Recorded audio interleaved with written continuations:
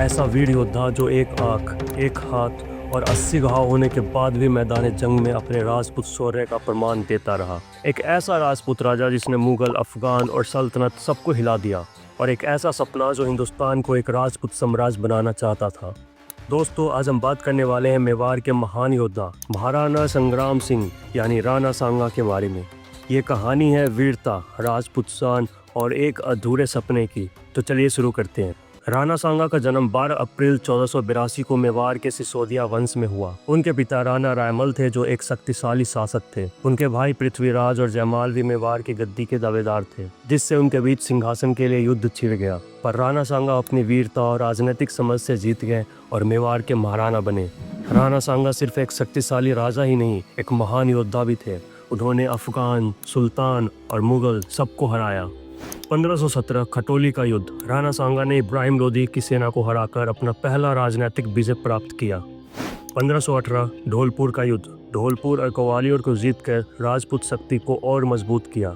1520 इदार का युद्ध। अहमदनगर और गुजरात के सुल्तानों से युद्ध कर मेवाड़ की सीमा गुजरात तक बढ़ाई। 1522 मालवा का युद्ध। मालवा के सुल्तान मोहम्मद खिलजी द्वितीय को हराकर मालवा का बड़ा हिस्सा अपने कब्जे में ले लिया। 1526 पानीपत का पहला युद्ध।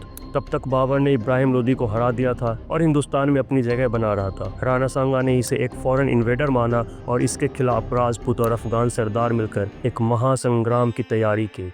खनवा का युद्ध 1527। एक तरफ राजपुताना का सबसे बड़ा योद्धा और दूसरी तरफ एक मुगल जो हिंदुस्तान पर कब्जा करना चाहता था। राजपूत सेना 80,000 वॉरियर्स, बाबर की सेना 25,000 लेकिन सुपीरियर आर्टिलरी और घुड़सवार टैक्टिक के साथ। बाबर ने एक नई रणनीति अपनाई, तुलगमा और gun powder warfare. Tulughma Babar ने अपनी सेना को पहलवान और घुड़सवार के छोटे छोटे दलों में डिवाइड किया और पिंसर मूवमेंट बनाया। गन पाउडर और मैचलॉक गन्स का पहली बार हिंदुस्तान में युद्ध में उपयोग किया गया। बाबर ने पहली बार हिंदुस्तान में डिफेंसिव वॉरफेयर के लिए ट्रेंचेस का उपयोग किया। दोस्तों, ट्रेंचेस पानी बहने के लिए जमीन में लंबी तंग नली को कहते हैं।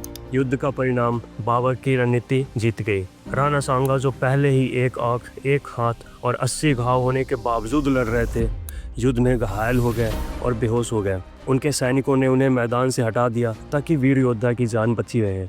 हर योद्धा गिरता है, लेकिन असली योद्धा वही होता है जो वापस उठता है। राणा सांगा ने एक बार फिर से बाबर के खिलाफ एक नई सेना इकट्ठा करनी शुरू की, लेकिन उनके अपने राजपूत सरदारों ने उनका साथ नहीं दिया। उन्हें राज दरबार में जहर दे दिया गया। 30 जनवरी 1528 को राणा सांगा का देहांत हो गया, एक अधूरे सपने के साथ। राणा सांगा ने जो राजपूत शौर्य दिखाया, उनका प्रभाव आज भी है। अगर राणा सांगा जीत जाते तो शायद मुगलों का राज हिंदुस्तान में शुरू ही नहीं होता।